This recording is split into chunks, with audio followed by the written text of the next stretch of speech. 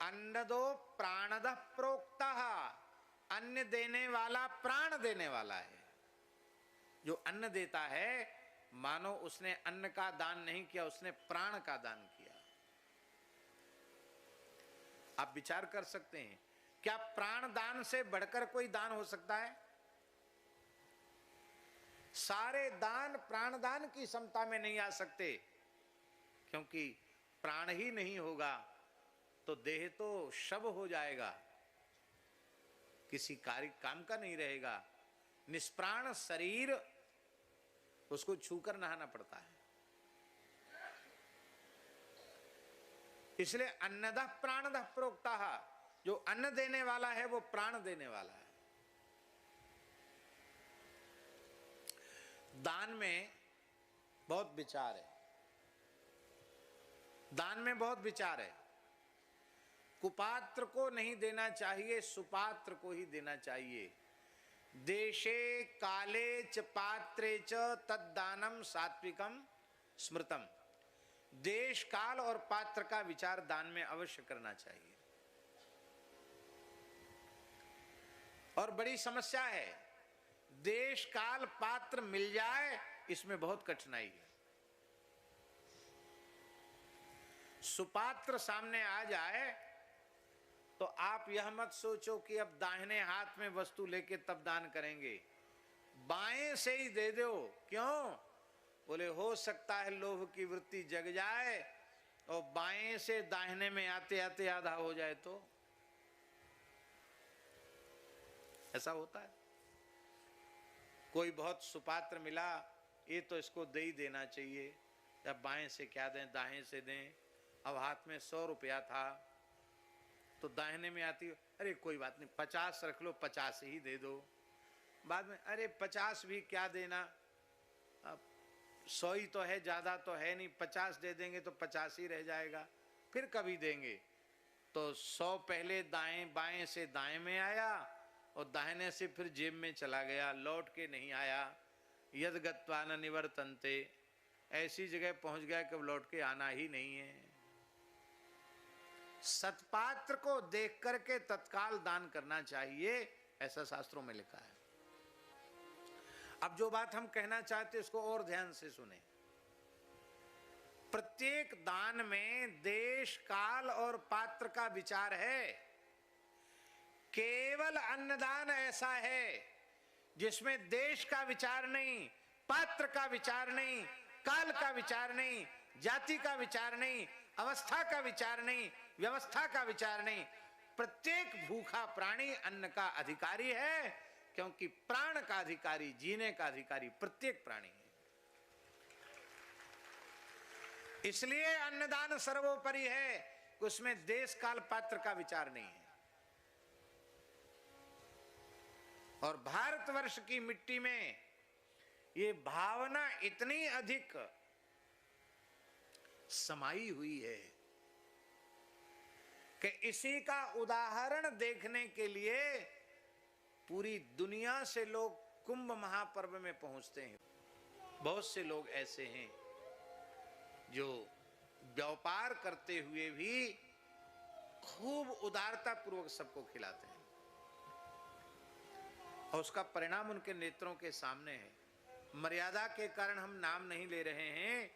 हमारी जानकारी में एक ऐसे महानुभाव हैं जो व्यवसायी हैं, और उन्होंने इतनी अच्छी व्यवस्था बना रखी है कि कोई व्यापारी आओ चाहे कोई ग्राहक आओ, सबको फ्री भोजन, बढ़िया उत्तम फ्री भोजन। तो पूरा स्टाफ फ्री और आए गए लोग फ्री। कम से कम 2,500 से 3,000 लोग नित्य प्रसाद पाते हैं, नित्य भरपेट तृप्त होकर के। ऐसा नहीं कि बांटने वाली चीज है तो ऐसे ही 2 नंबर 3 नंबर की, ऐसी नहीं, बढ़िया सुंदर रसोई। हम सुनी हुई बात नहीं बोल रहे हैं, आंखों से देखी हुई बात वो बोल रहे हैं।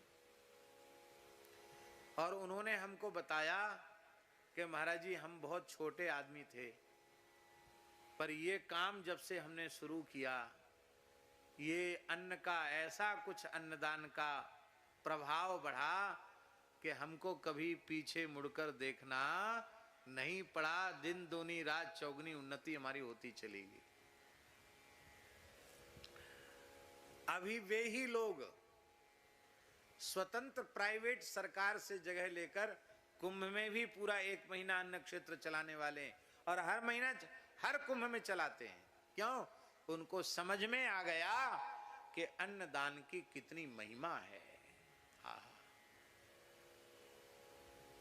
मनुष्य पाप क्यों करता है? भूख के कारण। इसलिए शास्त्रों में लिखा है, बुभुक्षितः किन्न करोति पापम। भूखा मनुष्य कौन सा पाप नहीं कर सकता? आप पेट के लिए कुछ भी करा लो। इसलिए यदि भूखे को तृप्ति पूर्वक भोजन कराया जाता है तो वो पाप से भी बच जाएगा।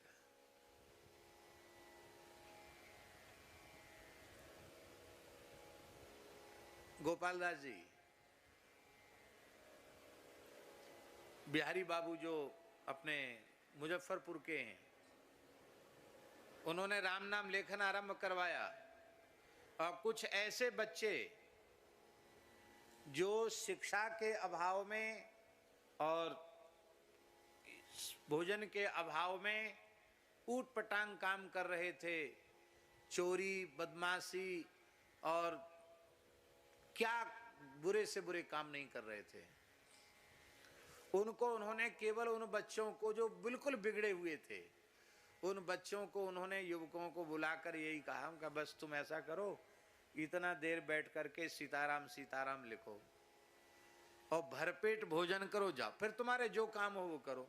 महाराज वो लोग भोजन करने लगे तो एक समस्या का समाधान तो हो गया कि जो कुछ करता पेट के लिए करता, पेट तो भरपेट भोजन मिल रहा है, भोजन मिल गया। और फिर उन्होंने नाम लिखना शुरू किया। उन्होंने कहा महाराज जी इतनी बढ़िया साधना हो गई, वो सब बच्चे समाज की मुख्य धारा में आ गए, उनकी गंदी चीज खाना पीना उनका छूट गया और अब सब अच्छे अच्छे काम करने लग गए। भूख के कारण मनुष्य पाप करता है। इसलिए यदि भगवान ने आपको सामर्थ्यवान बनाया है तो जो बेचारे सामर्थ्यहीन लोग हैं वे भूख के कारण पाप में प्रवृत्त न हो, आप उनको सुंदर सात्विक भोजन दीजिए, उनको सत्संग दीजिए, फिर देखो उसका कितना बड़ा लाभ होता है। इसलिए जन्म देने वाला तो पिता है ही, अन्न देने वाला भी धर्मशास्त्र की दृष्टि में पिता है, पिता के समान। हम राजनीतिक लाभ की बात नहीं कह रहे हैं,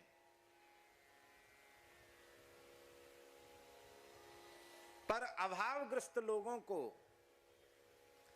कोरोना काल से जो अन्न देना सरकार ने शुरू किया है,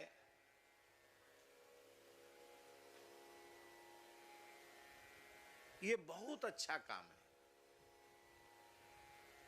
अब लेने वाला उसका सदुपयोग या दुरुपयोग क्या कर रहा है ये उसके ऊपर जाने दें, किंतु अभावग्रस्त व्यक्ति, भूखे व्यक्ति को यदि अन्न दिया जा रहा है, जो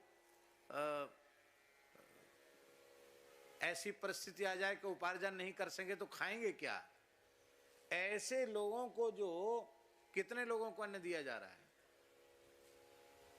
80 करोड़ लोग बता रहे हैं, 80 करोड़ के करीब लोगों को अन्न दिया जा रहा है। हम कहते हैं कि ये बहुत अच्छी बात है। अभावग्रस्त व्यक्ति को अन्न अवश्य देना चाहिए, उसमें व्यक्ति के योग्यता अयोग्यता का कोई विचार नहीं करना चाहिए। ये अन्नदान बहुत अच्छी चीज है और हम समझते हैं कि इस प्रकार के जो कार्य हैं उसको हमेशा चालू रखना चाहिए, हमेशा चालू रखना चाहिए।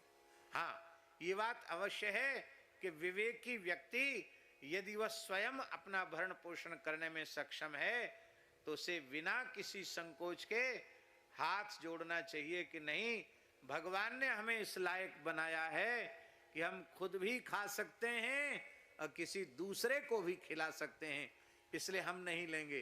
पर समस्या तो यही है ना कि जरूरत होए चाहे न होए, चाहे भली लेकर बेच दें, पर हम उसको लेते चले जा रहे हैं। ये समस्या है, ये बहुत बड़ा पाप है। हमने अभाव के नाम पर लिया और उसका दुरुपयोग किया तो देने वाले को तो पुण्य मिल गया, लेकिन गृहीता यदि उसका विवेक पूर्ण उपयोग नहीं करता है तो उसका पाप उसको भोगना पड़ेगा। अन्नदान बहुत बड़ी ऊंची चीज है।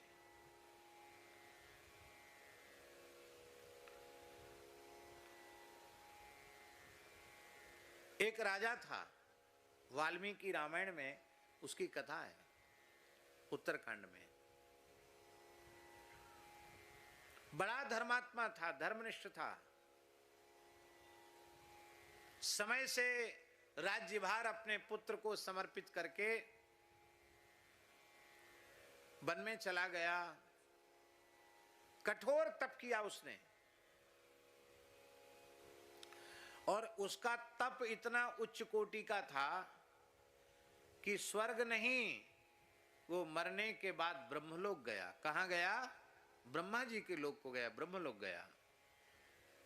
ब्रह्मा जी का लोक इतना दिव्य है कि महाभारत में एक प्रसंग है, नारद जी से युधिष्ठिर ने पूछा ब्रह्मलोक का वर्णन करके सुनाओ, तो नारद जी कहते मैं वहां का क्या वर्णन करूं युधिष्ठिर, 10,000 वर्ष कठोर तप करने के बाद मुझे ब्रह्मलोक के दर्शन का सौभाग्य प्राप्त हुआ। ये नारद जी महाभारत में कह रहे हैं। ब्रह्मलोक कोई सामान्य वस्तु नहीं। नारद जी को भी 10,000 वर्ष तपस्या करने के बाद ब्रह्मलोक का दर्शन हुआ। उस ब्रह्मलोक में राजा पहुंचा, सब कुछ उस दिव्य लोक में उसे प्राप्त हुआ, लेकिन वो तो भूख और प्यास के मारे परेशान। उसने कहा महाराज दिव्य लोकों में भूख प्यास का संकट तो नहीं रहता, तो मुझे भूख क्यों लग रही है?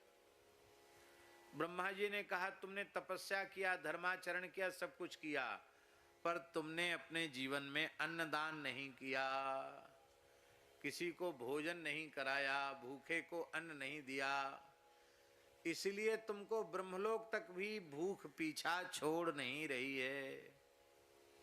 मैं तो मरा जा रहा हूं, मुझे कुछ खाने की व्यवस्था करो। ब्रह्मा जी बोले कुछ नहीं है खाने की व्यवस्था, ले ये विमान, बैठो इसमें, चले जाओ दंडकारण्य में, जिस सरोवर के तट पर तुमने देह त्याग किया है तुम्हारा शरीर वहीं पड़ा है, अपने ही मृत शरीर के मांस को खा करके तुम अपने प्राणों को धारण करो। वो व्यक्ति मांस खाने वाला नहीं था, पर मरता क्या न करता। वह विमान में बैठ के आया, मांस खाया, अपने ही शरीर का मांस खुद खाया, फिर तालाब में हाथ पैर धोए, आचमन किया, विमान में बैठा, फिर चला गया। ब्रह्मा जी के वरदान के प्रभाव से उसका शरीर फिर दूसरे दिन वैसा ही हो जाता था, मृत शरीर। तो हजारों वर्षों से वो अपने ही शरीर का मांस खा रहा था। एक दिन ब्रह्मा जी के सामने रोते हुए उसने कहा महाराज मैं तो ब्रह्मलोक में आकर वैसा दुखी हूं जैसा पापी मनुष्य नरक में जाकर होता है। मुझे अपने ही शरीर का मांस खाना पड़ता है, इस पाप से छुट्टी कब मिलेगी? मुझे इस दुख से छुटकारा कब मिलेगा?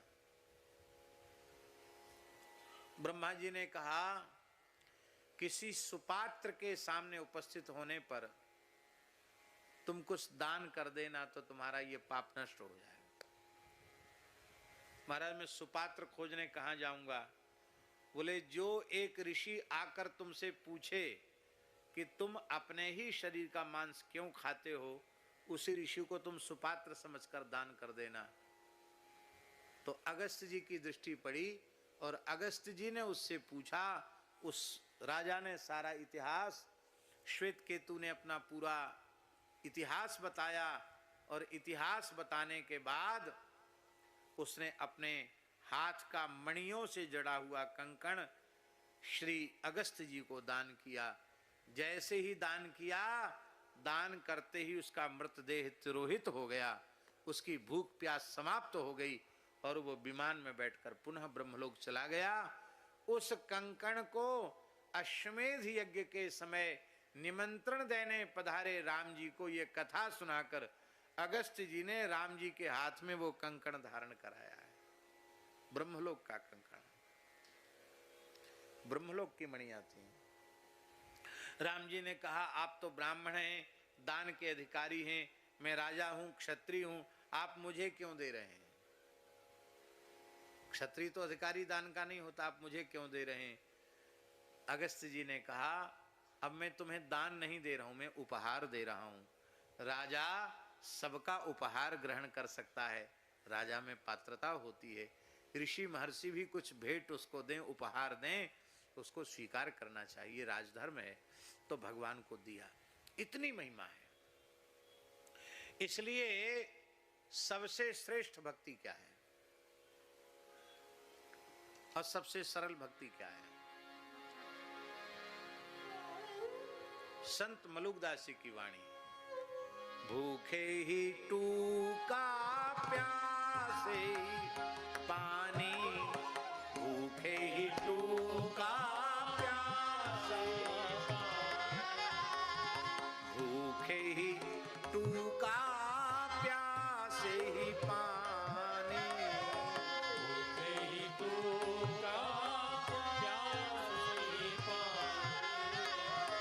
यह भगति हरि के मन मानी, यह भगति हरि के मन मानी, यह भगति हरि के मन मानी, यह भगति हरि के मन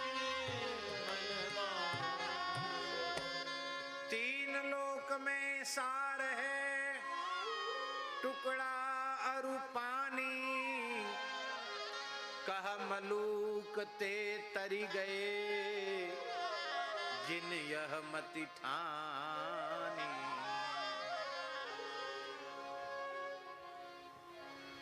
मुसलमानों को उन्होंने उपदेश दिया, संत मलुकदास जी ने।